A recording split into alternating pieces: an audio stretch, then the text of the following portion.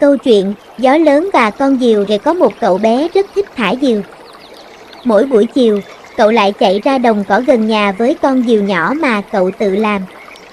Nhưng một ngày nọ, cậu nhận thấy rằng con diều của mình chỉ bay được ở độ cao nhất định, và dù có cố gắng thế nào, nó cũng không bay cao hơn nữa. Một hôm, có một cơn gió mạnh bất chợt thổi qua. Cậu bé nhận thấy gió rất thuận lợi để thả diều cao hơn, nhưng lại lo lắng. Cậu tự nhủ, nếu gió quá mạnh, có lẽ con diều của mình sẽ bị rách. Nghĩ vậy, cậu hạ thấp diều xuống và chỉ để nó bay ở độ cao thấp hơn bình thường. Ông lão hàng xóm thấy vậy, đến bên và hỏi, sao cháu không cho diều bay cao hơn khi gió đang mạnh? Cậu bé đáp, cháu sợ gió lớn quá sẽ làm rách diều của cháu. Ông lão mỉm cười và nói, nhưng chính gió lớn sẽ giúp con diều bay cao hơn. Thay vì lo sợ, cháu hãy nghĩ đến cách làm cho dây diều chắc chắn hơn và tận dụng cơ hội này. Nghe vậy, cậu bé quyết định kéo dài dây và cho diều bay cao hơn trong cơn gió lớn. Con diều bay vút lên, cao hơn bao giờ hết. Cậu bé nhận ra rằng nỗi sợ hãi ban đầu đã khiến cậu bỏ lỡ cơ hội để con diều của mình chạm đến những tầm cao mới. Bài học, đôi khi, chính chúng ta tự kìm hãm bản thân vì lo sợ rằng mình không đủ khả năng đối mặt với những thử thách lớn. Nhưng như con diều cần gió lớn để bay cao, ước mơ và cơ hội của chúng ta cũng cần sự dũng cảm và niềm tin để đạt được những tầm cao mới. Thay vì hạ thấp kỳ vọng, hãy vững tin và chuẩn bị để nắm lấy cơ hội lớn hơn.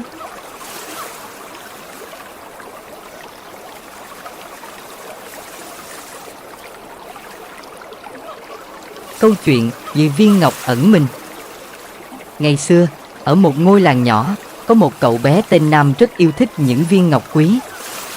Mỗi ngày, cậu thường đi dạo khắp nơi để tìm những viên đá lấp lánh với hy vọng sẽ tìm thấy một viên ngọc tuyệt đẹp. Nhưng dù có tìm kiếm khắp nơi, cậu chỉ nhặt được những viên đá thô kệch, không chút giá trị. Một ngày nọ, trong lúc lang thang ở bìa rừng, cậu tình cờ gặp một ông thợ đá già, người đã sống và làm việc ở vùng này rất lâu. Ông già nhìn cậu bé đang chăm chú tìm đá, liền mỉm cười và hỏi, cháu đang tìm gì mà trông tập trung thế? Nam trả lời, cháu đang tìm một viên ngọc quý. Nhưng cháu chỉ toàn tìm thấy những viên đá xấu xí. Ông thợ đá cười nhẹ, rồi dẫn Nam đến một đống đá lớn và đưa cho cậu một viên đá thô. Hãy mang viên đá này về nhà và mỗi ngày cháu hãy mài nó một chút. Khi đến thời điểm thích hợp, cháu sẽ nhận ra giá trị thật sự bên trong nó. Nghe theo lời ông, cậu bé mang viên đá về nhà. Mỗi ngày, cậu kiên nhẫn mài dũa, dù lúc đầu không thấy sự thay đổi nào. Nhưng sau nhiều ngày, cậu bé bắt đầu thấy bề mặt viên đá sáng lên, lộ ra lớp ngọc quý bên trong. Cậu bé vô cùng ngạc nhiên và hạnh phúc vì phát hiện ra viên ngọc lấp lánh được giấu kín trong lớp vỏ thô kệch. Ông thợ đá sau đó nói với cậu bé, như viên ngọc này, giá trị thực sự của một người không nằm ở vẻ ngoài, mà nằm ở sự kiên nhẫn, lòng quyết tâm và những điều tốt đẹp ẩn giấu bên trong. Chỉ cần cháu đủ dũng cảm và kiên trì mài dũa bản thân, cháu sẽ khám phá ra giá trị thực sự của mình. Bài học, đôi khi chúng ta nhìn vào bề ngoài của bản thân hoặc người khác mà đánh giá sai lầm về giá trị thực sự. Cũng như viên ngọc cần được mài dũa để tỏa sáng, con người cần kiên nhẫn và nỗ lực không ngừng để bộc lộ tiềm năng và tài năng thực sự bên trong. Điều quan trọng không phải là xuất phát điểm hay vẻ ngoài, mà là chính thái độ và nỗ lực mỗi ngày.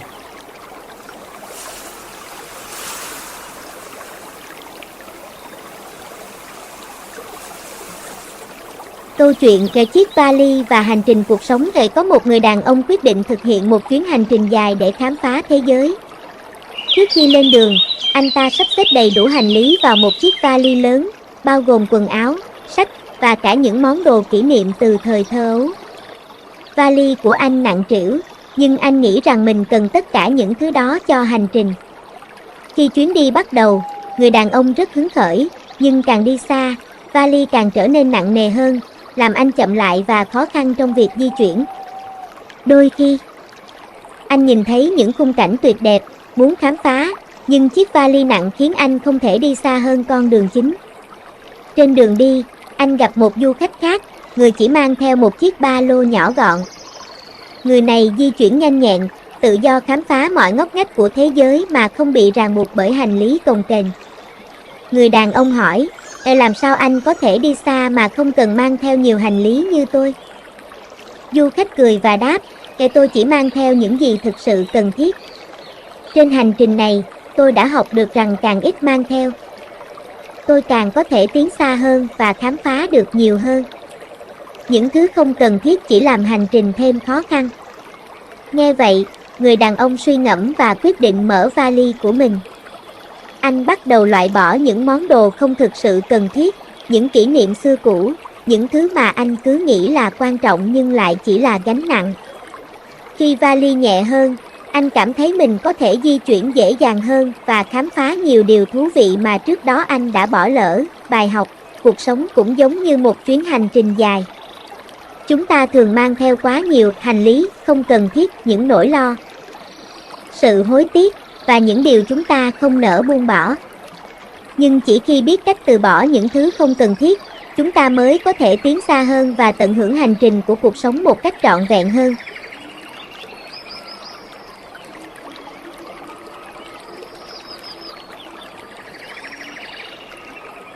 Câu chuyện về chiếc áo và tình yêu của mẹ. Vào một đêm mùa đông giá rét, trong một căn nhà nhỏ ở vùng quê, cậu bé Minh đang ngồi học bài dưới ánh đèn dầu. Trời càng về khuya càng lạnh, những cơn gió rét luồn qua khe cửa khiến cả căn phòng như bị đóng băng. Minh chỉ có một chiếc áo len đã cũ, với những vết rách nhỏ mà mẹ cậu đã vá lại nhiều lần. Mẹ của Minh thấy cậu run rẩy vì lạnh, liền cởi chiếc áo khoác của mình đưa cho con. Minh từ chối, mẹ ơi, mẹ sẽ lạnh mất, con không sao đâu. Mẹ mỉm cười và nói, mẹ không lạnh đâu con. Mẹ quen rồi. Suốt đêm đó, Minh ấm áp trong chiếc áo khoác của mẹ, còn mẹ thì ngồi may vá bên cạnh. Đôi tay mẹ dần đỏ lên vì cái lạnh, nhưng gương mặt vẫn điềm tĩnh như chẳng có gì ảnh hưởng đến bà. Sáng hôm sau, Minh thấy mẹ vẫn mặc chiếc áo mỏng manh mà bà đã mặc từ hôm trước, không phải vì bà có nhiều áo, mà vì bà đã dành tất cả sự ấm áp của mình cho con.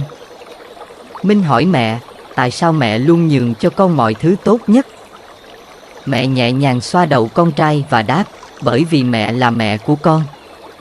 Bài học, tình yêu của mẹ luôn là điều thiêng liêng và không cần lý do để giải thích. Mẹ có thể hy sinh tất cả vì con cái mà không đắn đo, không mong đợi sự đáp lại. Tình yêu vô điều kiện ấy luôn xuất phát từ trái tim của một người mẹ, vì bà ấy là một người mẹ.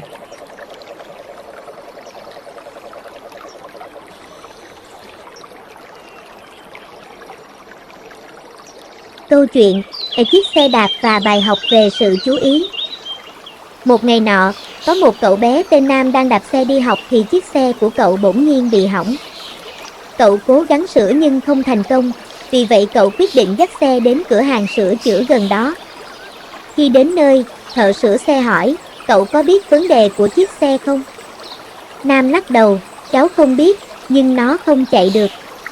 Thợ sửa xe xem qua một lúc rồi nói, có vẻ như lốp xe bị xẹp hơi, nhưng cần phải kiểm tra cả dây xích và thắng xe nữa.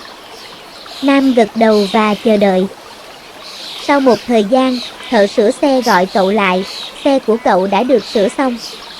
Nhưng khi kiểm tra, tôi thấy còn một vấn đề lớn hơn, thắng xe đã hỏng và cần phải thay thế. Nam hoang mang, nhưng trước khi đem xe đến đây, cháu chỉ nghĩ rằng nó không chạy được vì lốp xẹp thôi mà. Chả nhẽ thắng xe lại quan trọng đến vậy. Thợ sửa xe cười và nói, nếu cậu chỉ thay lốp mà không kiểm tra các bộ phận khác, cậu có thể sẽ gặp nguy hiểm khi đạp xe tiếp. Cần phải xem xét kỹ lưỡng vấn đề chứ không chỉ dựa vào những điều bề ngoài. Nam hiểu ra và cảm ơn thợ sửa xe. Cậu học được rằng không phải lúc nào cũng đơn giản, và việc bỏ qua một khía cạnh nào đó có thể dẫn đến những hậu quả nghiêm trọng. Bài học, trong cuộc sống, đôi khi chúng ta chỉ chú ý đến những vấn đề nhỏ mà bỏ qua những khía cạnh quan trọng hơn. Việc sửa chữa những điều hiển nhiên mà không kiểm tra toàn diện có thể dẫn đến sai lầm lớn hơn. Hãy luôn chú ý đến mọi chi tiết, vì điều đó sẽ giúp chúng ta tránh được những rắc rối không cần thiết.